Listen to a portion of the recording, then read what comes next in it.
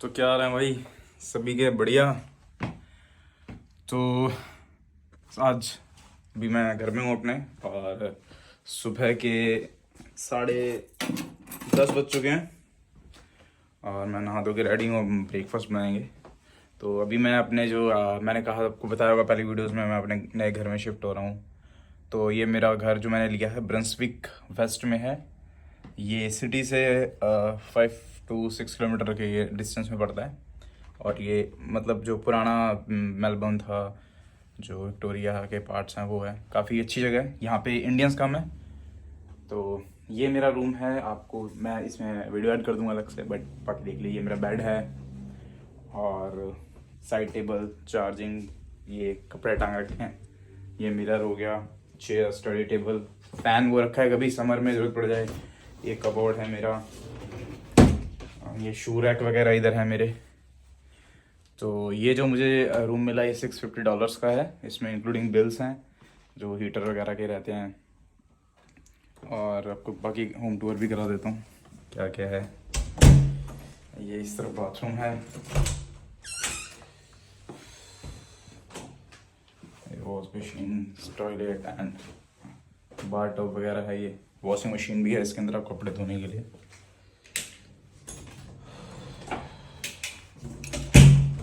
ये किचन है, यहाँ पे सारा सेटअप है, मतलब फ्रिज वगैरह, फर्नीच वगैरह है।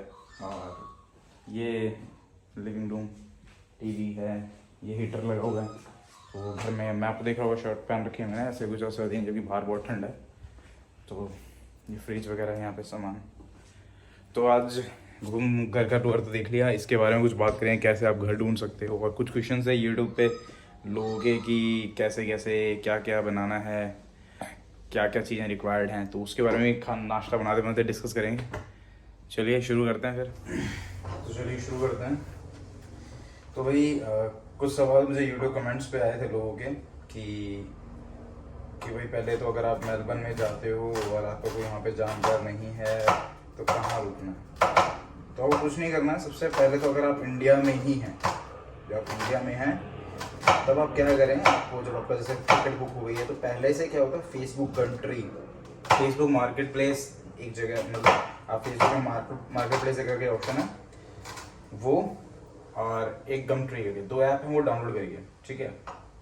उसके बाद उसमें लोकेशन डालिए कि आपको कहाँ घर चाहिए, और उसके बाद उसमें आप घर देखना शुरू करिए इंडिया से, ठीक है। और क्योंकि आप कॉल नहीं कर पाएंगे तो उनको मैसेज करके पता करिए कि इज इज अवेलेबल, और बता दीजिए कि I will be there in India, ऐसे इस डेट पे आऊँगा। तो अगर आपका कुछ सेटलमेंट बनता है, उसमें वीकली रेंट्स भी होते हैं, मंथली रेंट्स भी होता है, सब होता है, ठीक है। तो अगर आपको वो बन जाता है तो बहुत अच्छी बात है। और अगर नहीं तो आप कुछ नहीं करेंगे, आप एयरपोर्ट से बाहर आके मोटेल सर्च करेंगे, सस्ते मोटेल्स। होटल में रुकना एक्सपेंसिव पड़ेगा, आपको मोटेल सर्च करना है, और जो भी नियर बाय मोटेल है वो आपको पकड़ लेना, ठीक है। बट मैं आपको यही कहूँगा, आप वो फेसबुक कंट्री वाला पकड़िए। वो उसमें क्या होगा कि आपको जैसे वीक का आपको $150 में आपको वीकली मिल जाएगा। $150 या $200 भी लगता है तो आपको मोटेल सस्ता पड़ेगा, ठीक है।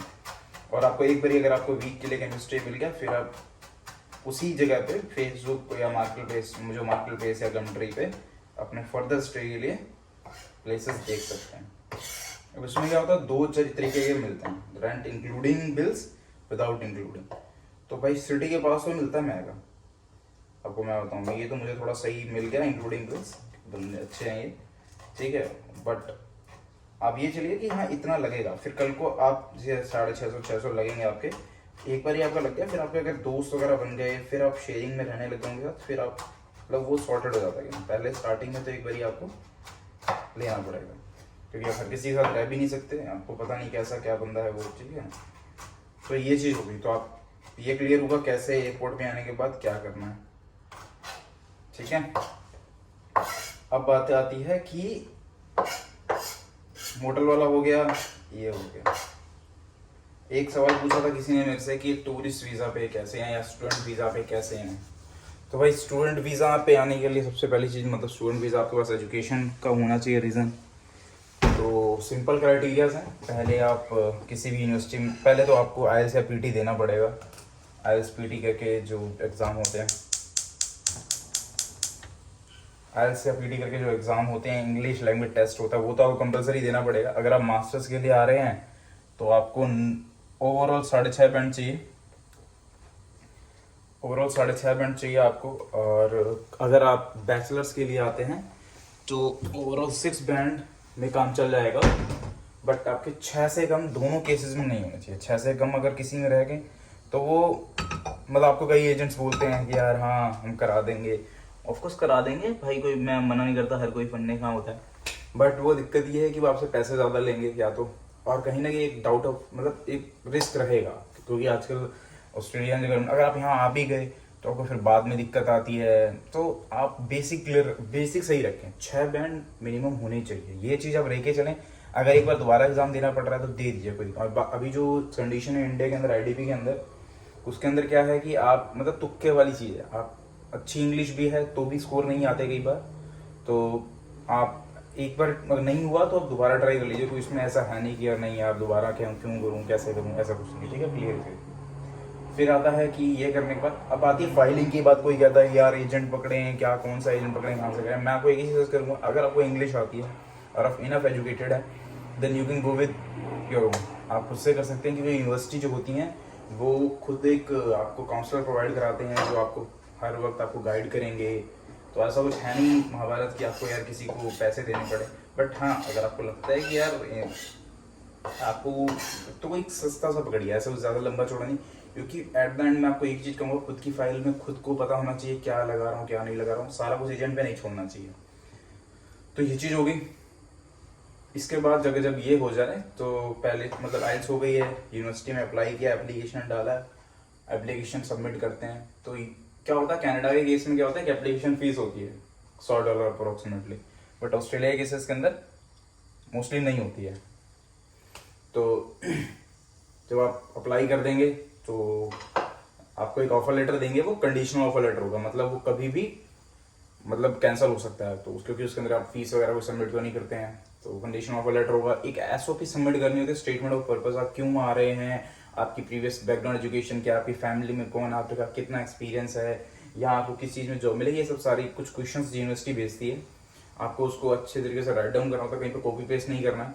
Why Melbourne, why this university, ऐसे करके क्वेश्चन होते हैं, आपको ये चीज़ उसमें लिखनी होती है और वो यूनिवर्सिटी फॉरवर्ड करनी होती है। तो ये करने के बाद ये आपको यूनिवर्सिटी फिर आप क्या करेंगे, एक होता फंड्स, आपने सुना होगा कि यार फंड दिखाने पड़ते हैं, फंड दिखाने पड़ते हैं। ये फंड है क्या, चलिए आपकी सपोज करिए फीस है, आप पहले भर के जाएंगे, ठीक है। तो जो यूनिवर्सिटी और ऑस्ट्रेलियन गवर्नमेंट है वो ये इंश्योर करना चाहती है कि फर्दर जो आप यहाँ पढ़ेंगे हमारे यहाँ पर, वो खर्चा बियर करने के बाद इन एनी कंडीशन, लाइक अभी पीछे कोविड आ गया था तो बच्चे काम वगैरह नहीं कर पा रहे थे, तो in that condition are you enough financed कि आप बाकी खर्चे पे कर पाएँ हम, तो वो ये चीज़ इंश्योर करना चाहते हैं। तो अगर आपके पास उतने फंड दिखाना ज़रूरी होता है, अब जैसे सपोज करिए मेरी फ़ीस जो है वो $54,000 सॉरी $54,000 2 ईयर्स की है, ईयर की अप्रोक्सीमेट $27,000 हो गई। और इसके बाद मुझे मेरा जो रहने का खर्चा रहता है, ठीक है, $2,000 पर मंथ मान लीजिए, ठीक है, तो $2,000 पर मंथ हो गए ये एक्सपेंस, ठीक है। ये सब जो करा के मतलब आपको इनफ फंड शो करना होता है, मतलब मान लीजिए 25 से 30 लाख रुपए तक फंड आपको अपने अकाउंट में शो करना है। अकाउंट में कैसे शो करने, अभी ये बता रहा हूँ कुछ। क्या गवर्नमेंट का रूल है कि 3 महीने पुराने होने चाहिए, ठीक है। अब ये हर कोई बंदा 3 महीने पुराना तो होता नहीं है, मतलब अगर आप लखपति हैं फिर बात अलग है, आपके पास 3 महीने पुराने फंड पड़े हों, but most of the case से हमें सॉरी जी हाँ, तो अगर आप लखपति हैं फिर तो बात अलग है, but most of the cases में लोगों के पास नहीं होते हैं 30 लाख रुपए अकाउंट में या 25 लाख रुपए अकाउंट में। तो इन दैट केस क्या करें, चलिए अगर आपको इसको प्रॉपर्टी है, अगर आपको लोन मिलता है तो बहुत अच्छी बात है, लोन मिल जाता है एजुकेशन, फिर तो कोई दिक्कत नहीं आती। बट एजुकेशन लोन बिना कोलेटरल के नहीं देते हैं गवर्नमेंट्स वगैरह, क्योंकि आप यहाँ आ रहे हैं मतलब अब्रॉड स्टडीज़ के लिए, कल को आप पे नहीं करते तो वो आपको कैसे पकड़ेंगे, आप यहाँ तो नहीं आएंगे आपके पीछे, तो उनको कोलेटरल चाहिए होता है। तो आपको अगर आपके कोलेटरल है तो आपको लोन मिल जाएगा। अगर आप कोई प्रॉपर्टी सेल करते हैं सपोज करिए, ठीक है, और आप फिर फंड्स दिखाते हैं तो वो 3 महीने पुराने नहीं होते हैं, तो इन दैट केस आप क्या कर सकते हैं, वो जो सेल होता है, प्रॉपर्टी बेचे का डॉक्यूमेंट होता है, वो लगा के आप दिखा सकते हैं कि मैंने प्रॉपर्टी सेल की है, उसके ब्याज में मुझे इतना अमाउंट मिला है। तो ये एक अच्छा मतलब जेन्युइन मेथड है फंड्स दिखाने का। जो आप, मैं देखिए आपको वीडियोस के अंदर आपको बहुत से ऐसे मेथड्स पता होंगे जो गलत फेक होते हैं, बट मैं अपनी वीडियोस के अंदर अभी आपको जेन्युइन मेथड्स ही बताऊंगा। Okay, I do not want to promote any kind of fake things, ताकि आपको बाद में इशू ना आए, इसलिए ठीक है। तो अगर आप प्रॉपर्टी सेल करके आ सकते हैं तो then that's a good thing. तो आपको इनफ फंड्स दिखाने पड़ते हैं कि आप फर्दर स्टे और एजुकेशन जो आपकी ऑस्ट्रेलिया के अंदर है वो आप अफोर्ड कर सकते हैं। ये गवर्नमेंट जानना चाहती है भाई।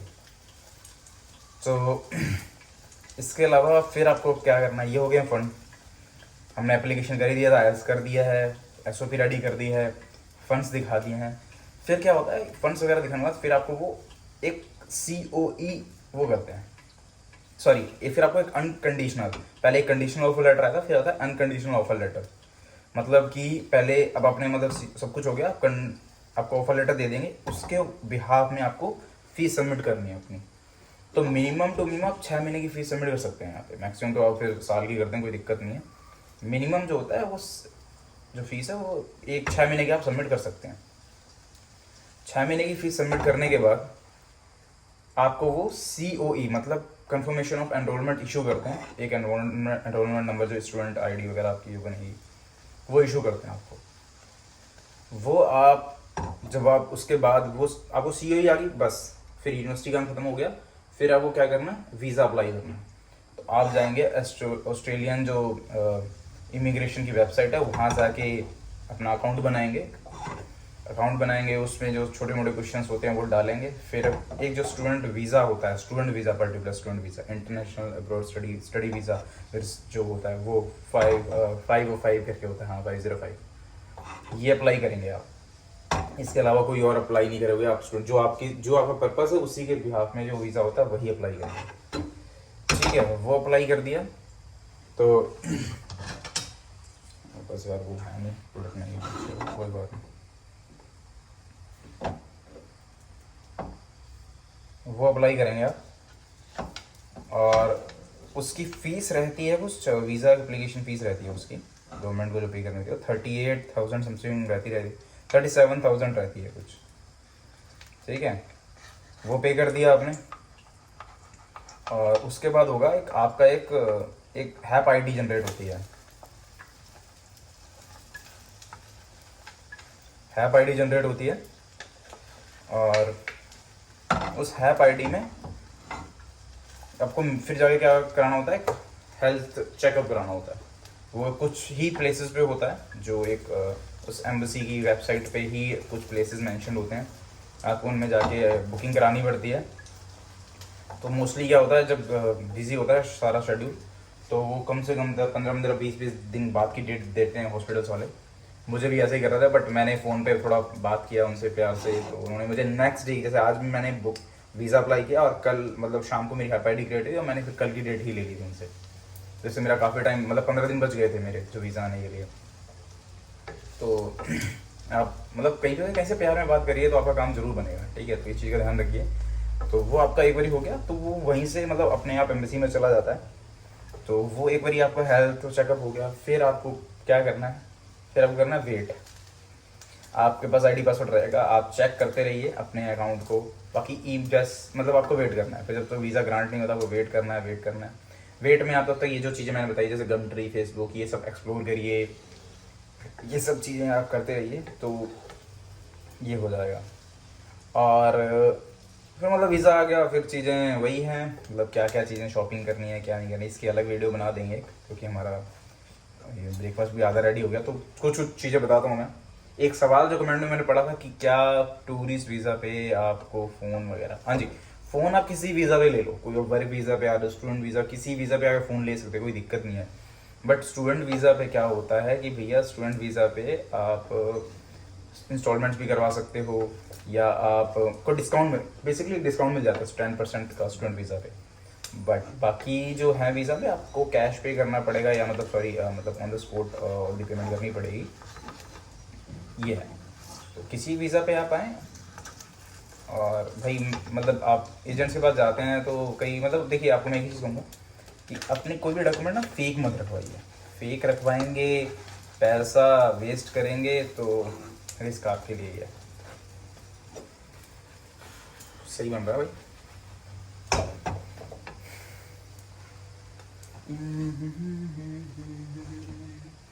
तो डॉक्यूमेंट्स को फेक मत रखवाइए, क्योंकि at the end of the day आपको ही दिक्कत आएगी। फिर आप कहेंगे यार पैसा वेस्ट हो गया मेरा। तो डॉक्यूमेंट को फेक मत रखिए। टूरिस्ट वीज़ा पे भी आ सकते हैं, तो उसके लिए अलग वीज़ा लगता है।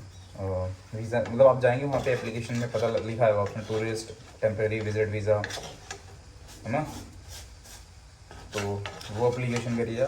उसकी फ़ीस का मुझे भी नॉलेज नहीं है, मैं ज़रूर अगर नेक्स्ट वीडियो बनाऊंगा तो उसमें ज़रूर इन्फॉर्म कर दूंगा उसको।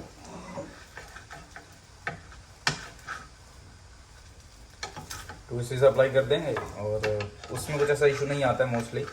बट हाँ, जो जैसे यंगस्टर्स होते हैं उनके लिए थोड़ा सा वो आता है कि मतलब कई बार आपको टूरिस्ट वीज़ा के अंदर भी ना आपको कम से कम कुछ, आप जब भी एप्लीकेशन करें, मैं एक ही गाइड करूँ, कोई भी वीज़ा किसी भी कंट्री के अंदर एप्लीकेशन कर रहे हैं ना, तो अपने फाइनेंशियल ज़रूर शो करिए, ताकि उस कंट्री को ऐसा नहीं लगना चाहिए कल को आप जाके उनके ऊपर बर्डन बन जाएंगे। तो इस चीज़ का ध्यान रखें कि अपने फाइनेंशियल ज़रूर शो करें। बात करें कि बीच में क्या हुआ, यहाँ पे प्लग्स वगैरह अलग हैं थोड़े से, जैसे अपने यहाँ पे गोल्ड प्लग होते हैं, मैं दिखाता हूँ आपको कि यहाँ पे जो चार्जिंग के प्लग वगैरह होते हैं वो कुछ इस तरीके से होते हैं, इस तरीके। तो मेरा जो लैपटॉप का चार्जर है वो इंडिया वाला है, तो यहाँ पे सेट नहीं बैठ पा रहा है बेचारा। कह रहा है कि अब मुझे अडेप्टर ला के दो, और अडेप्टर यहाँ पे आसपास मैंने पता किया मिल नहीं रहा है। तो अब मैं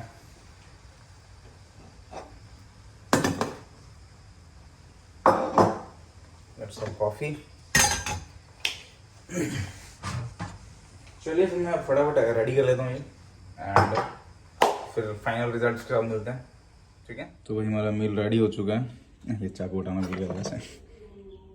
ये हमारी कॉफ़ी, ठीक है।